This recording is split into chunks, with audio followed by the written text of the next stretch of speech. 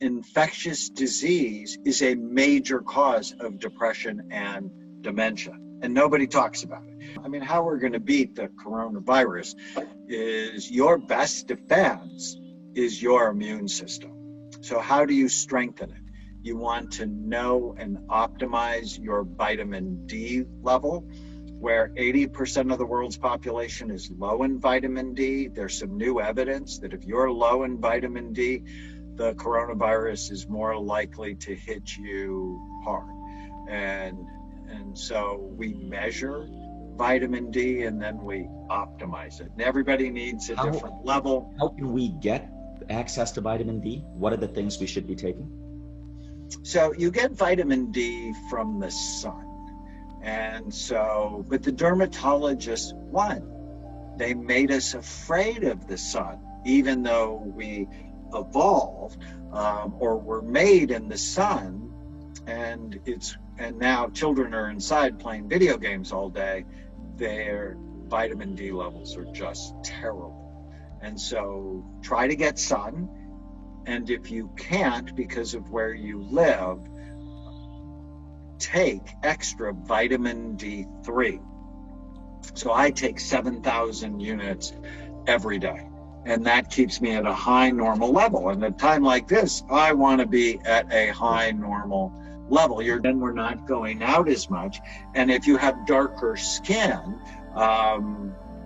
you actually need more sun to get healthy vitamin D levels. So, for example, African Americans who go from the American South to England end up with a higher incidence of mental health problems because they were in the sun a lot, and now they're not in the sun hardly at all, and it crashes their immune system.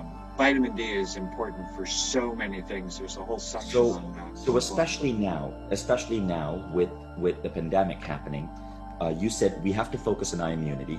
Vitamin D is one. What else should we be looking at?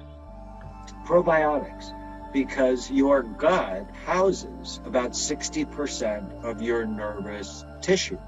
And so gut health becomes very important.